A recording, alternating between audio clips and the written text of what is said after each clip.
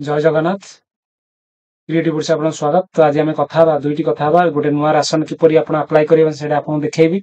नुआ साइट खुली जोटा कि आपन नुआ राशन कार्ड अप्लाई करि परिबे। आपन से साइट जाइए ता सहित आपन को किपरि केवाईसी कंप्लीट करिवे, आपन पुराना राशन कार्ड जो माना ना अछि आपन किपरि केवाईसी कंप्लीट करिवे से विषय भी कहबे। जदि केवाईसी आपन कंप्लीट करू नांदी आपन राशन कार्ड ना कटि जिवो। प्रथम आपन को नुआ राशन कार्ड किपरि आवेदन करिवे और राशन कार्ड पाई परिवे से विषय मु तापर मु आपन को केवाईसी किपरि करिवे से विषय मु आपन को कहबी डिटेल्स। तो आसंतो आपन गूगल क्रोम को प्रथम जिबे निज मोबाइल रो आपन मारे pdodisha.government.in आपन गूगल क्रोम रे मारे pdodisha.government.com.in मारिवे। मारला पर apply new ration card under SFSS लिखा जे आपन क्लिक करिवे। पले पर नुआ पेज गुटे खोलिबे। आपनकर पेज खोला पर आपन एटा फिल अप करिया पड़े। पेज रे कोन फिल अप करिया पड़े आपन देखंतु आपन कहि दोछि एठी आपन डिस्ट्रिक्ट तो एटा मोर डिटेल्स कहूछि आपन को। तो जमर स्किप करिवेन वीडियो स्किप कला आपन जानि पेरे टिके मिस्टेक होला आपन राशन कार्ड हबो नाही। तो आपन डिस्ट्रिक्ट आपन डिस्ट्रिक्ट रे चूज करिवे आपन को डिस्ट्रिक्ट रो अप्लाई करिवे से डिस्ट्रिक्ट चूज करिवे। ब्लॉक आपन चूज करिवे हिसाब रे ब्लॉक हिसाब रे देबे। आपन ग्राम पंचायत वार्ड आपन जहा जी आपन सेटा देबे। आपन को विलेज एरिया ना देबे एठी और आपन को एठी प्लॉट नंबर देबे। आपके घर नंबर जहा अछि आपन एठी देबे। आपन पिन कोड एठी आपन दे देबे।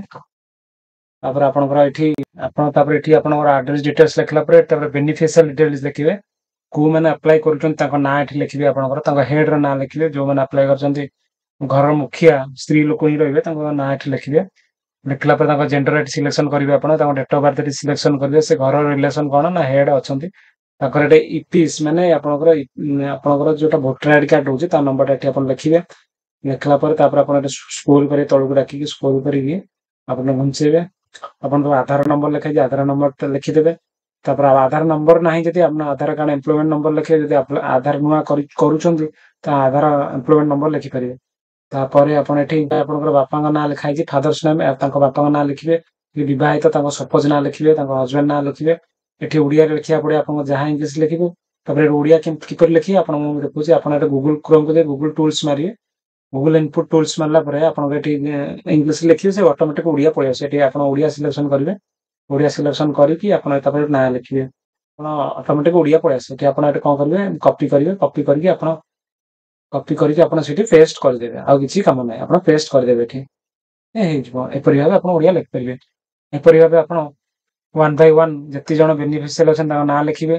ताको जेंडर कोन लिखिबे। ताको स्त्री लोक पुरुष लोक लिखिबे। ताको डेट ऑफ बर्थ लिखिबे। ताको रिलेशन कोन फैमिली सहित घर हेड सहित ताको रिलेशन कोन लिखिबे। ताको वोटर आईडी नंबर जे लिखिबे नला छाडी देबे।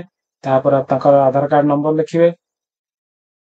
तापर ताको बापा का नाम लिखिबे। तापर ताको सपोज माने हस्बैंड कोन जदि विवाहित से हस्बैंड ताको न स्त्री का नाम लिखिबे। पर लिखला पर आपन तळु कर परिबे। एठी आपन डिलीट मध्ये करि परिबे आपन सिलेक्शन करिकि। तापर अदर इन्फॉर्मेशन आपन कोठो चावल नेबे कि राशन नेबे ता डिटेल्स एठी आपन लिखिबे। आपनकर एरिया रो डीलर कोड लिखिबे। डीलर नाम लिखिबे। एठी लिखाई छि से लिखिबे।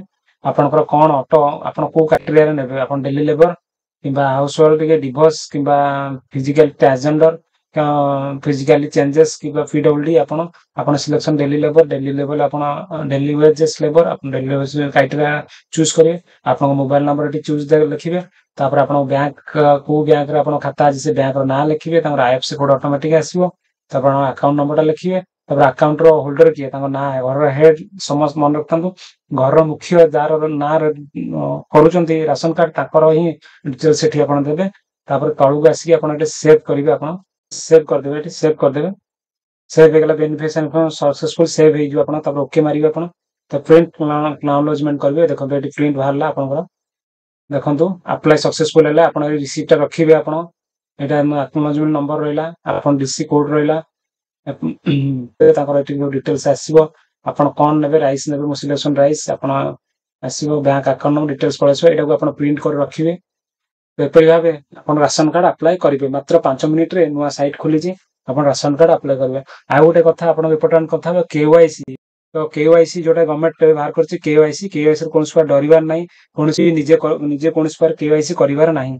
राशन कार्ड केवाईसी पय निजे राज्य सरकार घोषणा करछन जे समस्त राशन कार्ड हिताधिकारी मानकर केवाईसी कंप्लीट हबो। केवाईसी कंप्लीट हला परे से राशन पाई परिबे। जो मानकर केवाईसी कंप्लीट हबो नाही से मानकर राशन कार्ड रो ना कटि जिवो।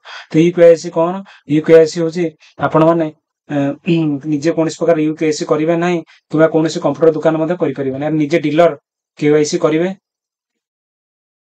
ନିଜେ ଡିଲରଙ୍କ ପାଖକୁ ଯାଇକି ନିଜେ ଆମେ କେୱାଇସି ନିଜେ କରାଇବାକୁ ପଡିବ।